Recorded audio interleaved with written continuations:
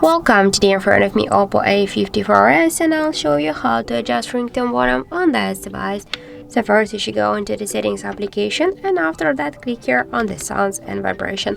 Here you'll see the ringtone volume panel. Just to change the ringtone, you should swipe this dot to the left or to the right side with your finger. Also we have the second way how we can do that. Just first here be sure that in volume button function you have selected the ringtone volume, and now just by press up or down volume button you can also see that one just can change the ringtone volume, and also we can just swipe to the up or to the down this volume panel.